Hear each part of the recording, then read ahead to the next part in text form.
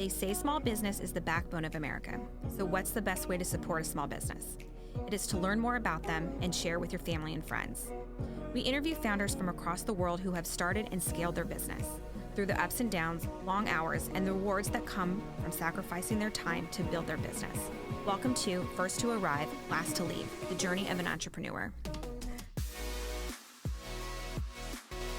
All right, welcome to another episode of First to Arrive, Last to Leave. I'm Erin Greger.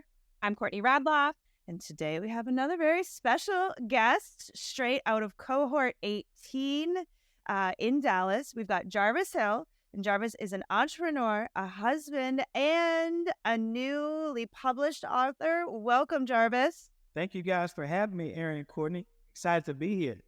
Yeah, thank you so much for joining us. I know you have been an entrepreneur for a while. You've got this new book coming out too, which I'm very excited to talk about.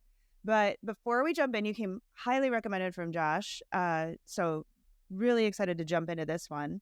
Why don't you tell us a little bit about yourself and tell us a little bit about your journey as an entrepreneur, what kind of made you jump into it and what it's been like thus far. Yeah, so I'm originally from Paris, Texas, and my mother is a strong woman.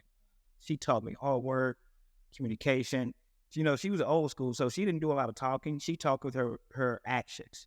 So she had the saying, I don't know if you guys ever heard this, I can show you better than I can tell you. So as I got older, I played sports. I thought I was going to go to the NFL. That was one of my dreams. I didn't make it. So when I graduated Paris High School, I ended up going to Prairie University. I went there for a couple years. My sophomore year, I had a little too much fun, guys. I had a little too much fun. They gave me the boot. I got kicked out of college because my grades wasn't there. And so that's when I learned that if you're not supposed to do what you're supposed to be doing, then you can actually get kicked out of college. So I went back home to Paris, and I had one of those self-talks, like, hey, either you got to get together, you got to figure out what you want to do with yourself. So I actually ended up going back to Prairie View, sleeping on my friend's couch for a period of time. Ended up moving to Austin, Texas. I met my beautiful wife, girlfriend at the time, Megan. We actually ended up dating. As they say, the rest is history. We moved to Richmond, Virginia. I went into the business world, got a job at the bank. I went back to school, got my degree, and I was promoted at the bank a few times, ended up being a branch manager. And then I went into business banking on the retail side of the bank. And that's when I started meeting with different business owners, helping them out with lending, retail accounts, things of that nature. And then I got into what we call self-development. And then I came across one of my favorite I don't even like to call it motivational speakers because he's more than that, but he helped transform my life. Jim Rohn. I don't know if you guys ever heard of Jim Rohn, but incredible speaker. So I listened to his tapes or his videos like religiously every single day. I could recite one of his 4-hour videos. That's how much I listened to it. From there, you change your mindset. And then I got into shifting like, okay, I want to have more control over my time. I want to be able to serve at a high level. And how can I do that? And entrepreneurship lends those avenues to do so. So that's how I jumped into entrepreneurship. It's been a journey. It's been 7 years. Just let me tell you, it's been a journey. Awesome. And so how did you enter Goldman Sachs program? What business were you in at that time? Yeah, so I have my own State Farm agency, Jarvis Hill State Farm. So who was it? Miss Natasha Harris. She had came to my office and we were talking, and she said, "Have you ever heard about the Goldman Sachs program?" I was like, "No." What? So she told me about it, and I try to recruit so many people into this program, especially if you're an entrepreneur. Even though I have background in banking, and I learned a lot of information of reports and CPAs and how to deal with different people. But I got connected with Natasha. She took me through the process. And then from there, I met with Josh, and then I actually got accepted to the program. It was actually COVID. It was the first one, so we did everything online, which was interesting because it's kind of really hard to build a synergy when everybody's online. But we did it. It was quite successful. And I still have good relationships with those individuals to this day. I'm super curious about State Farm. Is it almost like a franchise situation, or did they, like, you're independent and you set up your own office and you run your business? How does that work? It's the latter. So you're independent, and let me give a shout out to this guy because he's the one who recruited me, Walter Preston, years ago. I was working at the bank, and I met him at a networking event. And wherever you are, Walter, thank you so much because you changed my life. We was at a networking event, and he said, "Hey man, let's have lunch." And I told him what I was doing. I was doing really well at the bank. I was going to corporate banking, and he said, "Hey, have you ever heard about this opportunity with State Farm?" And that's when I was listening to my Jim Rohn, and it kind of was perfect timing, right? And from there, he told me about the program. I went home. My wife and I, we talked about it. And she said, well, you always want to have your own business. And what better way to pair with a great organization such as State Farm? So to answer your question, yes, we're independent contractors. We can kind of set it up and hire our own teams. So I call it living the dream. You know, you get to bring on the people that you get to work with and serve others. So it's a blessing. And it's a crash course in entrepreneurship, but you've got someone who's kind of like skipping along with you. That's really cool. So I'm curious because you said you went into the Goldman Sachs program entering into COVID. And so like most of us, Erin and I, we were on the opposite side, right? We were after COVID had already happened and we were like processing all of that information. I'm curious, was it around the time that it started and we shut down? Like where was it positioned? Yeah, I think it was like right after COVID had started. And this is why I would tell any entrepreneur, you have to be adaptable. You have to be able to go into what we call halftime and make your adjustments. And thank God for Goldman Sachs because that's another great organization. In this program, like I said, I know I've recruited about 7 to 10 people through this program because I believe in the network. I believe in the information sharing, and it's fully funded. So if you're an entrepreneur, I believe in, education. You never stop learning as an entrepreneur. So it was right after COVID had hit. My team and I, we made adjustments. The Goldman Sachs program, it is a commitment. And so I had to let my team know that on the days that we had class that I was unavailable because any time that you get into a program such as Goldman Sachs or any like cohort, you want to make sure that you get the most out of it. And how do you do that? Is you commit to what you're in. And we go through we're assessing risk, and we're just, here we are, here's a risk, and now we have to, that nobody saw coming. I'm curious, what were other businesses like experiencing? Were you guys all sort of like, were other people thriving and some people not? I'm so fascinated by it being while COVID was happening. Yeah, some people did really well depending on their business model. I think it was an adjustment because ours was more face-to-face interaction. So we had to really switch gears, right? And the people didn't want to come in, the mask restrictions or requirements. It was a lot. It was a painful time for a lot of entrepreneurs in my cohort. That was a beautiful thing about having a network. We start lending advice to each other. Hey, what's working well for you? How are you guys adjusting? Because as a business owner, a lot of times you think you're on this island by yourself. It can be a lonely journey, but we were talking and we were able to make adjustments. Some people, like I said, depending on how they were set up, they did really well. It was a struggle for me because I'm so used to one-on-one interaction, people coming to the office, and then going from that to not being able to have meetings and have that intimate space with a customer and talk to them about their needs. So from there, Courtney, it was just talking to different people in our small groups in Goldman Sachs.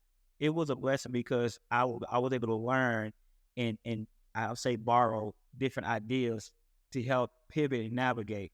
And that's just another key point about entrepreneurship. It's like everything is not one direction, right? It's not a linear process. Like you have to understand, you have to be ready to, I hear a lot about online how you get up and you crush your goals. Listen, let me tell you something. Life sometimes throws you curveballs and those goals will have to be delayed. And you may not want to hear that, but that's the honest truth. Is because when COVID hit, my business took a dip because we wasn't ready, right? And I can say that because as an entrepreneur, you have to live in your truth. We wasn't ready. I don't think a lot of people were, but I can speak for my business. We wasn't ready. But what we did was we huddled as a team. Shout out to Fred, Kathia, Nino. We huddled as a team and we came together and say, hey, how can we make this adjustment? How can we reach our people and still serve at a high level? And that's what we did. So going through COVID, it actually became a blessing because we started working remotely, right? We got time back with our family because I'm a big family guy. So we started spending time with our family. But I found people can do business through the computer, through iPhones. So we start reaching people at a different level. So business, well, it was a dip. Then ultimately we start to trend upward because we start to figure out how to connect with people in different ways, which was a blessing. So I'm curious because it's a really interesting perspective because there's a conversation we were having, I don't remember where, but it was like there was some good, and I don't want to say COVID was a good thing, but there were some good things that came out because of COVID. So having to really sit down and make that huddle and look at business in a different way, are there things that happen in your business because of COVID? So pre-COVID, you didn't do things and it actually, because you implemented these things during COVID, it's now thriving in a way where you're doing things a little differently. Yeah, absolutely. So now I connect with a lot more people, not face to face, but through the computer, right? So we have been able to connect. So we're able to reach people and get a lot done in a shorter period of time. So it's been a blessing, like you say, and you're right. Some good things came out of COVID. I was able to spend a good quality time with my family. So, but now people reach me like we FaceTime on iPhone. They reach me through Instagram. They reach me through Facebook. It's so many different ways that we leverage these phones and these computers now. It's been a blessing, and we've been able to grow from the Goldman Sachs probably about 25%. And so, yeah, coming out of COVID. So when I look at that, when you first because as an entrepreneur, you have those days like, what did I get myself into? And then when COVID, it was really like, whoa, like I don't know what's going on.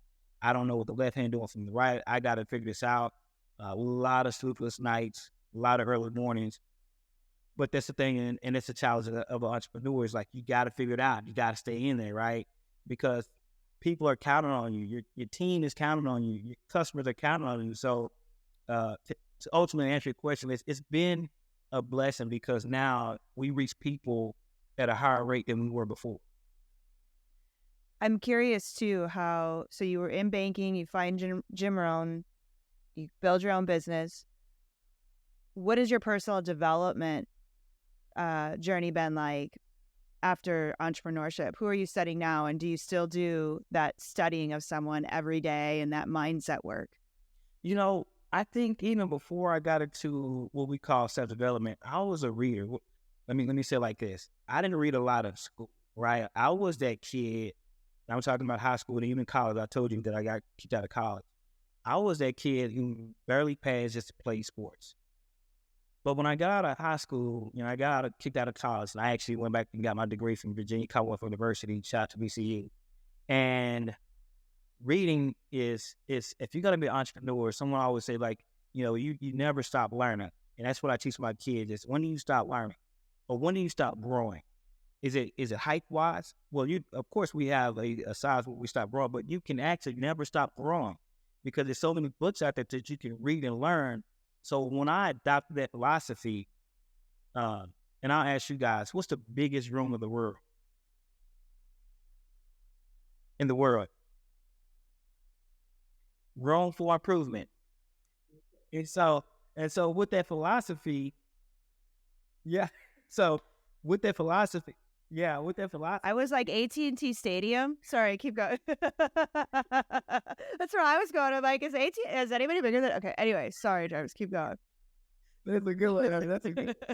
Wow, the biggest room in the world. And when I understood that philosophy, it changed my perspective. And so I just read a ton of books. The Alchemist is one of my favorite. Rich Dad, Poor Dad, How to Win Friends and Influence People. It's just so many, and I have my own personal library, which I'm excited to have my own. This is one of my favorite reads, actually. So yeah, it's I think, Erin, like if you're an entrepreneur, and I hear people always say, "Oh, Jarvis, I don't have time to read. I have the business, I have a wife, I have my kids, I got this." And I simply tell them, I say, "Listen, if you ever stop reading, that's when you stop growing and you stop changing, you stop developing. As an entrepreneur, you cannot afford, because this world is ever changing so rapidly. The way you step at speed is to learn and to grow, and you never stop learning." And so I always, when I have these conversations with my friends or people in my network, is make sure you read a chapter a day. It doesn't have to be much, but pick a book, pick a magazine or something, and read something that's going to help you move forward with life skills, family skills, money skills, economic, anything. Well, and I want to point out too, I think this is something, and I'm pointing this out because this is something that was like ding, ding, dinged in my head just this year, sadly enough. I'm embarrassed to say it. But because I'm a big reader and I read all the time, right? So I always set a goal, 52 books a year, and pretty much I hit it. However, it's one book, move on to the next, one book, move on to the next. What intrigues me so much is when you were saying I studied it. And this has been something in 2023 that I've shifted, where instead of like, I got 52 different books, I will read 52 books this year, but it may only be probably 10, because I'm reading them over and over and over and over again. And what shocks me is that, like, this one book, it's by Bob Proctor. I've read it now like 6 times. And every time I'm listening to it, it's like, oh, like, it's like I totally forgot what he had said. And I heard it, that same part, just 2 weeks prior, right? And that studying, I feel, is where transformation really happens. Like, you can get good things and you apply a couple things here and there, but that studying and that focus on it, and that I know that I get these principles, but I gotta just really like burn them into my brain, is where the magic is. Can I just answer that real quick? Yes, please. 52 books I think that's wonderful. But how can you implement out of those 52 books, all those good nuggets in those 52 books? How can you implement? So you're at book 52. I'm sure you have a great memory, but what was book 1 about? Right? But if you scale back and you read those 10 books and you get those good philosophies out of those 10, now we can talk about implementing what we've read. When I got into when I started studying Jim Rohn, and I told you I could recite one of his videos, literally 4-hour video, and I would send them to my friends, "Hey, listen to this." They're like, 4 hours is long. I'm like, it's really not that long, because I got so accustomed to listen to his cadence, and I can tell you when he was about to talk about this.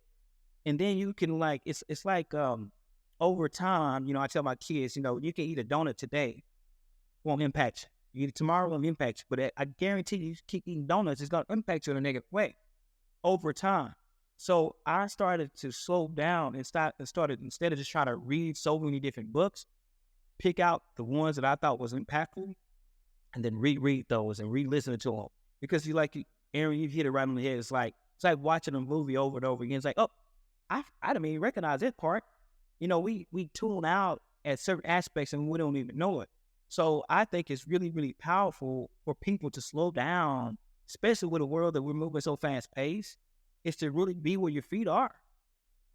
Jim Rohn has this quote. He says, "Wherever you are, be there." I have my phone off right now. I'm talking to Courtney and Erin. I got everything else blocked off. I got my hour budgeted, however long we need. I am here. There's no need for me to be thinking about another book or anything else. I am here focused on this conversation. So when I tell people, hey, just pick up 1 or 2 books, and because you're going to get so much out of those, then next year move on to the next book. But I couldn't agree with you more. You're going to get so much after you. And just one more point to that is, he says, if you want to be happy, study happiness. If you want to be rich, study rich. It's a study.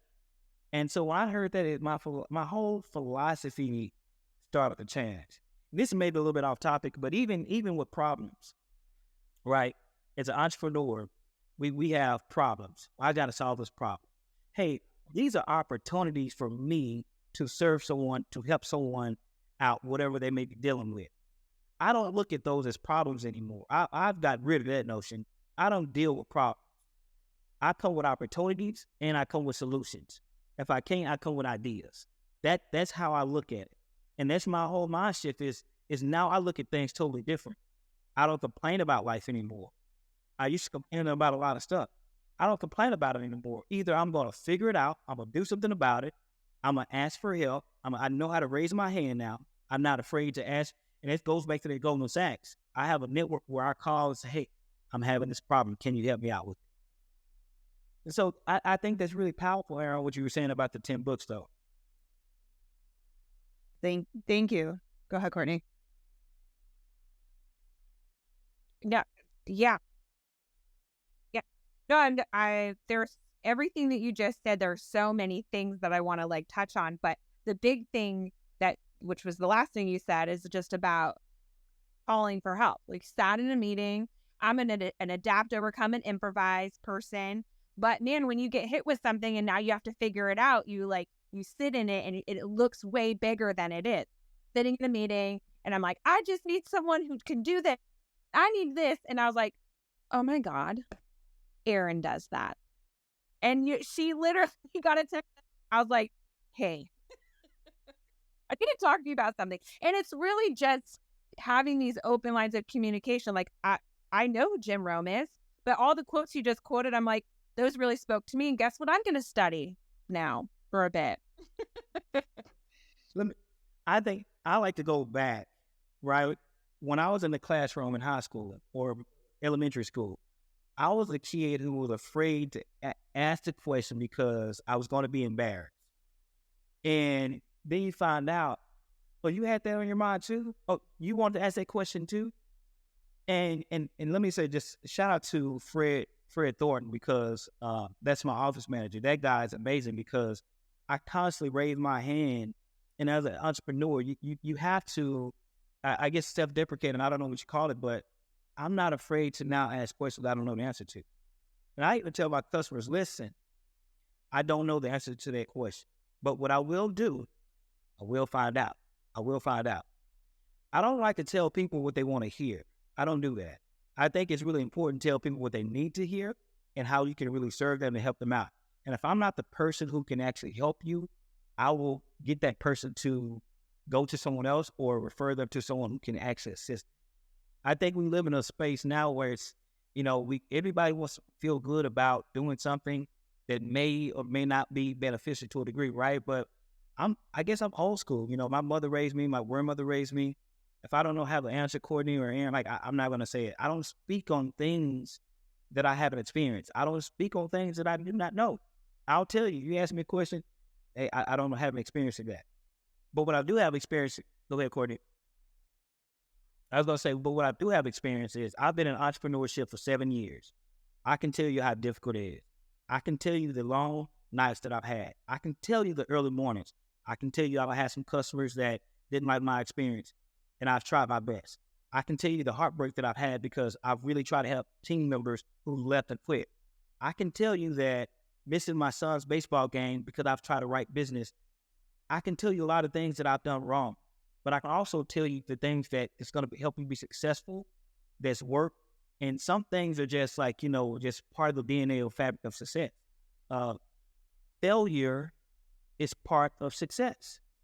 And I don't think people let me say this, asterisk. I don't go and look to opportunities for failure. I'm not saying that.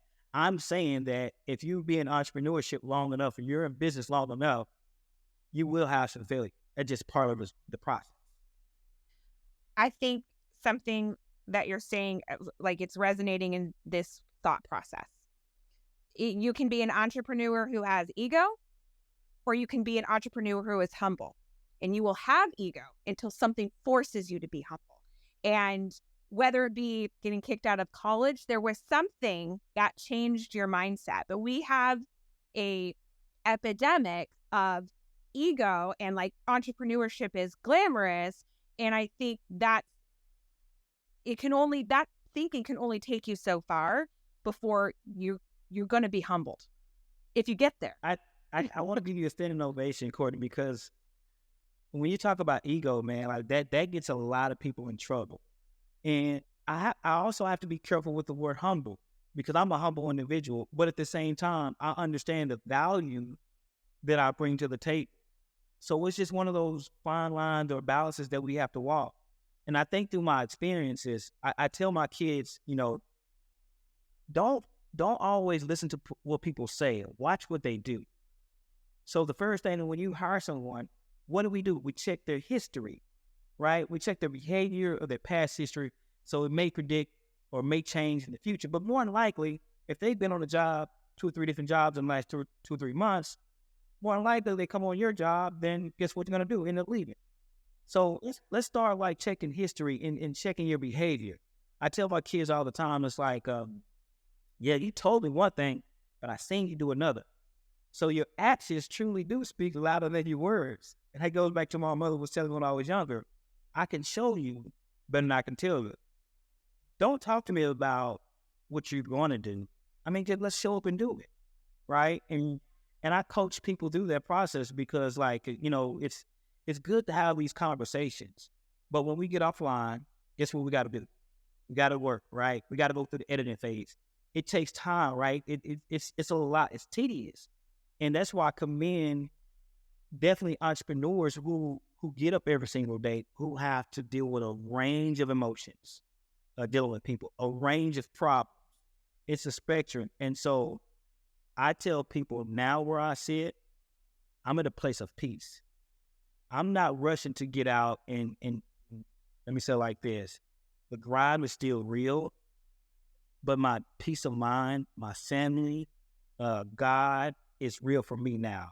I when I was younger, it was all about getting and go, and I still get up and go, but I have balance. I have my kids, I have my wife I have to spend time with. So when I'm at work, I'm fully vested. I'm really maximizing my time. So I don't know how we got from ego to humble from all that, but I think you're right, Courtney. It's like I'm a very simple person when it comes to certain things. It's life could be for all of us. I believe a lot simpler if we just communicate it and express with the intention of love. One of my favorite books, I'll say this: 7 Habits of Highly Effective People by Stephen Covey. And I think this connects the dots, and I hope it does. He talks about come with your idea of understanding versus trying to be understood. So, Courtney, if you come to me with something, but I'm not even trying to hear what you're trying to say, I'm just trying to get my point across, and you're trying to get then we're just butting heads, right? But what I try to come in is like, hey, let me put myself in Courtney's shoes. Okay, let me see it from your lens, from your perspective. Only then, I can process what you're truly saying. I think that's the humbleness in us. And from there, let me repeat back to what you were saying, so I make sure you and I are on the same page. Then from there, okay, got it. Based on what you told me, Courtney, I understand this, and this. Am I on point? Yes or no? Then we go from there. Okay, then from there, I tell you, hey, based on what you said, here is my lens. And I'm hoping that you can stand in my shoes, and then now we can have a good dialogue. And then when we leave, it's kumbaya. So this is a perfect segue too, in all these like lessons of studying and greatness into your sports biz book and like teaching kids. Yes, just out on Amazon now, available. We're gonna have a link in the show notes for it too. So can we talk about why you wanted to write this book and really what it's about in that alignment of helping kids understand that correlation between what they're learning in the world of sports to business and beyond? Absolutely. About 2 years ago, I was working in my business and it hit me like a ton of bricks. I was like, holy moly. Had I known that business is a sport, I would have operated a lot differently, not just from in my business, but even when I got into the corporate world. What do I mean by that? So when I understood that I played sports at a very early age, 6, 7 years old, I started playing football, but then I played football, basketball. You compete. You learn so much as an athlete. You learn teamwork, you learn commitment, dedication, communication, leadership, ups, downs, failures, competing against other individuals, practicing, training. 2 years ago when I had that vision, I said, holy moly, I understand that. I did not have to change my competitive mindset. And I don't know, but I felt like when I got into the business world, I had to adapt to the business to a degree because I'm like, well, maybe I have to relearn how business works. And I want to teach kids, and it hit me because like I really believe in teaching the next generation of leaders and just trying to encourage and inspire them. If you can understand that business is just like sports, you can take all that years of experience that you've been playing sports and translate that into business. Here's an example. I'm going to give you a few, if you don't mind. When you hire someone, if they don't have any work experience, so here's a kid who's played high school, or let's say they played sports from age 6 to all the way to 17, got out of school, and they don't have any work experience, right? But they go to apply for a job. And they say, hey, one of the first question we ask is, hey, tell me about your work experience. And most people say, well, I don't have any work experience. Well, guess what? You can tell them about all those sports experience that you just had. Here's how you tell them. Well, I was a captain of a football team. This year we went 12-3. Here's how we went 12-3. Every morning, I led the team to make sure that we got up and we would practice right before school. After school, we did extra work. We had our own individual trainers. So that's me right there listening to that person talk, saying, oh, this person work hard to train. Then from there, hey, we studied our opponent. We understood what they were going to be running. We also made adjustments. Now, let's pause that to go into business. When you're in business, you're competing against other organizations. You're competing against yourself every single day. It's to get up to be your best self. So let's say, Erin, you played basketball, correct? What position did you play? Shooting guard. Shooting guard, okay. John Paxson, we're knocking him down, okay? Cool. So you had a role as a shooting guard, right? So you may have the power forward throw the ball in to the point guard. You're all coming down the court. Now, you off the ball, right, because you're a shooting guard. So your role may be a knockdown jumper, right? But that's your role. You understand your role. You're not down in the post. So when you get into the business world, I don't need these kids to understand that sports and business is so similar. So think about it. As a kid who plays sports, if your role is shooting guard, you're focused on, hey, let me go around the screen so I can knock down my jumper. Guess what? When you get into the business world, they bring you in. The first thing they tell you is when they hire you, welcome to the team. Hey, this is going to be your role. This is what we want you to do. So right there, that's one commonality, right? But let's push the ball further, right? Most of the time, these companies, organizations have uniforms. Well, in sports, you have these teams, they have uniforms. Let's take a step back, Erin and Courtney. Let's take a step back. I want these kids to really have a more of a perspective of sports and business.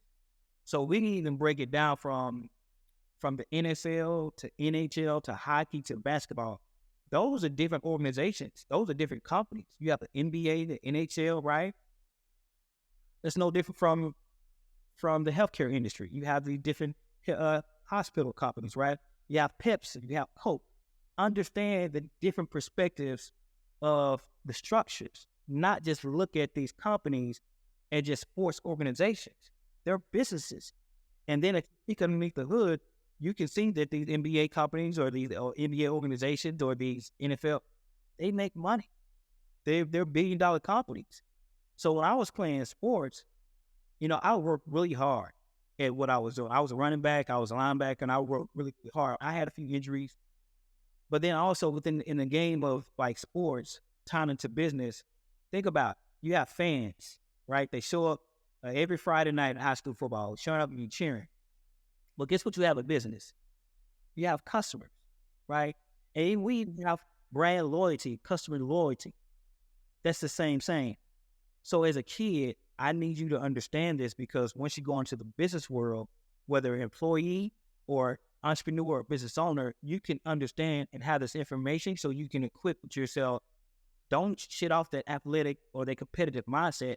Go into that workforce ready to compete, ready to win at a very high level. And that's what the book is about. And we break it down in so simple terms that we get a little granular, not too deep, but we make sure that they understand when they finish reading that book. I want this book to be what the alchemist meant to me. Alchemist flipped my world upside down. So, and Rich Dad Poor Dad. I want this book to touch every kid in the way it helps change the perspective of once they realize, hey, sports is just like business. I'm gonna go and compete. All right, we're on a team. We know how to communicate. We talk about this, right, in the book. So, Aaron, I don't know if you had a coach while you played sports. Did you have a coach? Yeah. Okay. Well, in it. I did, yes. Yeah. Nothing like nowadays where I had like private coaches and all this stuff. Like I was small town Wisconsin. So, but yeah, I did have a coach. And I played in college too. Even better. So you said you had a coach. You say coach now for business. Oh, I have a bit. Yeah, I go on and off with working with business coaches, but very same alignment where it's like you've got to, like, if it's a mindset, it's like either I'm going to learn how to win this situation, right? Or I'm going to give up. And where if you have that as an athlete, you understand that just because you shoot a ball once doesn't make you a great shooter, or just because you practice. I love your donut analogy you gave earlier, where it's like, it's that everyday discipline and everyday practice. That's what gets you to that next level. And it's that same level, like that's going to get you to the next, that same discipline and practice that's going to keep you rising too, not just get you someplace. But you don't get, there's never a spot where you're like, all right, I never have to shoot a free throw ever again because I'm really good at them. So we're done. It's like, it's those fundamental pieces too. And just one more comparison. So even in the book, we talk about rules. When you're playing sports at a high school or middle school, you're not thinking about the business rules, right? You're just thinking about the rules that you have to follow in sports, right? So we even talk about, and this is why it's so important. So in sports, let's say you're playing football, right? And you jump off sides. Yellow flag comes out, that's a penalty. Or you're in basketball, let's say you dribble down the court, Aaron. I'm sure you never did this. You pick up the ball, you start running with it, right? It's, stopping travel, right? I never traveled. I heard that happens to other people, but it's called penalties, right? That you're gonna be you cost your team, right? Well, guess what? It's a business, kids. We have rules that you can't break. You have different things like when we're in sales, you can't do certain things in sales that you can't break the rules because it's gonna be a costly penalty, not just to the team, but maybe to you financially. So it's really teaching kids at that level to think broadly versus just looking at sports as just as a way out. Sports definitely open the doors and gives you a head start. I truly believe now, knowing that, and I'm just really in the mode of, oh, I'm an athlete in business now. I'm getting up competing against my competitors. I'm getting up training. I'm trying to run the best routes in my business. I'm making my halftime adjustments. I'm doing all these different things, Aaron. But I have my athletic mindset back. I have my athlete competitiveness back versus just being in business and trying to assist with a customer. And I'm sure you have plenty of assists. How are you marketing this right now? Like, are you out speaking in front of kids and doing talks like that, like just in front of schools, etc.? Yeah. So right now, I'm blessed because I have some amazing people that follow me on Facebook. And so they share a lot of my content. I do a lot of Facebook Live. I recently got asked to speak to a baseball organization, Dallas Tigers. I spoke to their 12U baseball team. I'm looking to speak to another soccer organization pretty soon.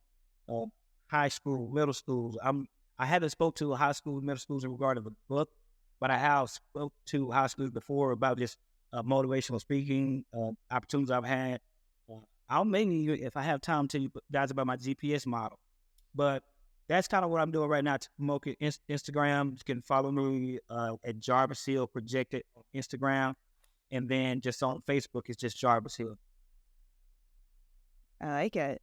Yeah, exactly. What would you say? So I'd love to hear 7 years as an entrepreneur.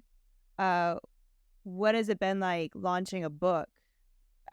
You've got the, same principles apply, right? You got to grow, you got to know your audience, you got to get it out there. What has it been like since launching this book and growing that? Refreshing, challenging, excitement. It's just, as an entrepreneur, you embrace the beginning. I've learned to understanding that it takes every brick by brick by brick. I am in no rush. I am in no rush to sell 1,000,000 copies. I'll say that. I am not. Someone asked me if I can put this book in one person's hand, who would it be? And I thought about that. I said, you know what? I can't just say one person's hand because then it's for the kids. So I just need it in the kids' hand. I need it in the kids who play sports, who parents, and I'm going to say this because I'm one of those parents, you think your kid's going to get to that next level, that's fine. But get your kid one of these books because if they don't get to the collegiate level, if they don't get to the professional level, they're going to fall back and they're going to go into business. So it's not one person, Erin, that I would love to give this book to. It's the kids who play sports week in and week out, and we all there cheering for them. Yeah, I love that. I want to read it. I'm not a kid, and I don't play sports currently, but I think that there's going to be pieces in there that might just said about like laying the foundation and showing up. It's like, yeah, you sometimes need those reminders when things are tough. You're like, oh, it's easier just to go on to the next thing, but not when can't, you have to go. You played one of the hardest sports, and that was cheerleading, right? The amount of dedication to be a successful cheerleader, the blood, sweat, and tears that cheerleaders go through. Let me tell you, that is one of the most ultimate sports that you can play. I knew when I was coming up, the cheerleaders, the amount of work they put in. I mean, oh my God, you at the top, I don't know, the top pyramid or whatever you want to call it. Business is risk. I mean, you're at the top and you're risking and you're trusting your team to catch you, right? So it all connects. And that's why I believe wholeheartedly in this book, because I know this will connect with the kids and it's going to help them learn about business. So as a professional, young professional like you, Courtney, when you say you want to read it, it touches my heart because you know what? Someone said to me like, yeah, hey, I know you're talking about this. It's for kids and that is my market. I definitely want to impact the kids, but there are also young professionals who maybe just entering the workforce who were former athletes. This book is for them too. Well, I love it. I'm excited about it. Like I said, we're going to put a link to it in our show notes too, so people can grab it on Amazon. Courtney, do you want to do rapid fire? And I'm going to warn you, Jarvis, these are I did not prep you with these, so I'm sorry. But if there's anything you don't want to answer, just say pass. But no worries. Let's go. There's going to be a reading one coming up here, and you better give an answer that you should give. But yeah, go ahead. The best advice you've ever been given? It's been, you don't have to know everything to start, but you do have to start to know what you're trying to know. Then merge that with believe in yourself. Believe in yourself. It's hard for anyone to believe in you if you don't believe in you. So believe in yourself. And I struggled with that for years. And it was just, hey, you need to believe in yourself, the experience, the value that you bring. Believe in yourself. If I would tell any kid, any person who maybe struggles with confidence, it's just saying that nobody's perfect, but God did make you perfect. Let me say it again. They say nobody's perfect, but God made you perfect. God did not make a mistake when he made Courtney and Erin. I truly believe that. Yes, we're flawed in all ways, but we are perfectly made. And so that will be my answer to you. Hopefully. If you could have dinner with anyone. Byron Allen. Who is that? Byron Allen is an African-American male who is he's a billionaire who heads a media company in California. I know his whole story is crazy. I researched him a lot. He's from Detroit. He moved from Detroit back in his 50s, 60s to LA. His mom didn't have a job. She moved out there. She got a job, intern, started working for free. And then he was around Johnny Carson because she got on as an intern working in studios. And he learned and soaked up, and he became a comic. And from a comic, he went from showbiz to biz show. And he started learning about business, and here we are today. He's a billionaire who has his own media company. He's doing quite a bit of acquisitions and bought up a lot of different companies. So it would definitely be Byron Allen. I love it. All right, I don't know what happened to Courtney, but current book you're reading. This is my softball, like my very slow pitch softball to you. It's sports biz. There's more to sports than you think. And let me tell you, this book is quite amazing because as an entrepreneur and a former athlete, I'm reading through this book and I'm finding out different things that had I known when I was coming out of high school, I would have competed in business at a very high level. Yeah. I would have changed because, again, when you go into business and you kind of switch gears, you think you got to like conform and you kind of intimidated because you don't know, right? But one of the things I wanted to say is like here recently, I followed the NFL and they had the NFL draft, right? And this is a commonality that I want to make sure I connect. They had the NFL draft. Well, what they do is in a few weeks they have what we call the NFL rookie minicamp, and it's pretty much orientation. Yeah. So when you get hired to a new company, they bring you into what? Orientation. It's your rookie minicamp. And so when I tell people about sports and business, how it's connected, it's those type of examples that's going to connect to the reader throughout. That's going to teach the kids look beyond just sports and how it's connected to business. Yeah, I love it. That's the book I'm reading. Sports. All right, good. I would judge you if you were reading something else. I'm just saying. And last one is, what is your top bucket list item? Wow. That's a good question. My top bucket list. I would say, man, that's a great question, Erin, because I'm so in the moment, and I have my goals that I want to achieve, but anywhere you want to go that's been like really on your radar, or anything you want to do specifically that's like a top bucket list item in terms of goals of something you want to achieve. I would say New York Times. Oh, I like it. New York Times bestseller. Not because of the title will give me, because I know the impact. I know the impact that this book is going to have with youth athletes or young athletes going into the business world. I know kids have the dreams to make it to whatever professional level, but if we look at the numbers, only it's a small percentage who makes it out of that pool to their next level. We're just talking about collegiately. We're talking about to pro. So to answer your question, if you're saying the bucket list, New York Times. But I like it. It's a great bucket list item. All right. So somebody wanted to find out more. You can buy the book on Amazon, but if somebody wanted to connect with you, where is the best place for them to go? Easy.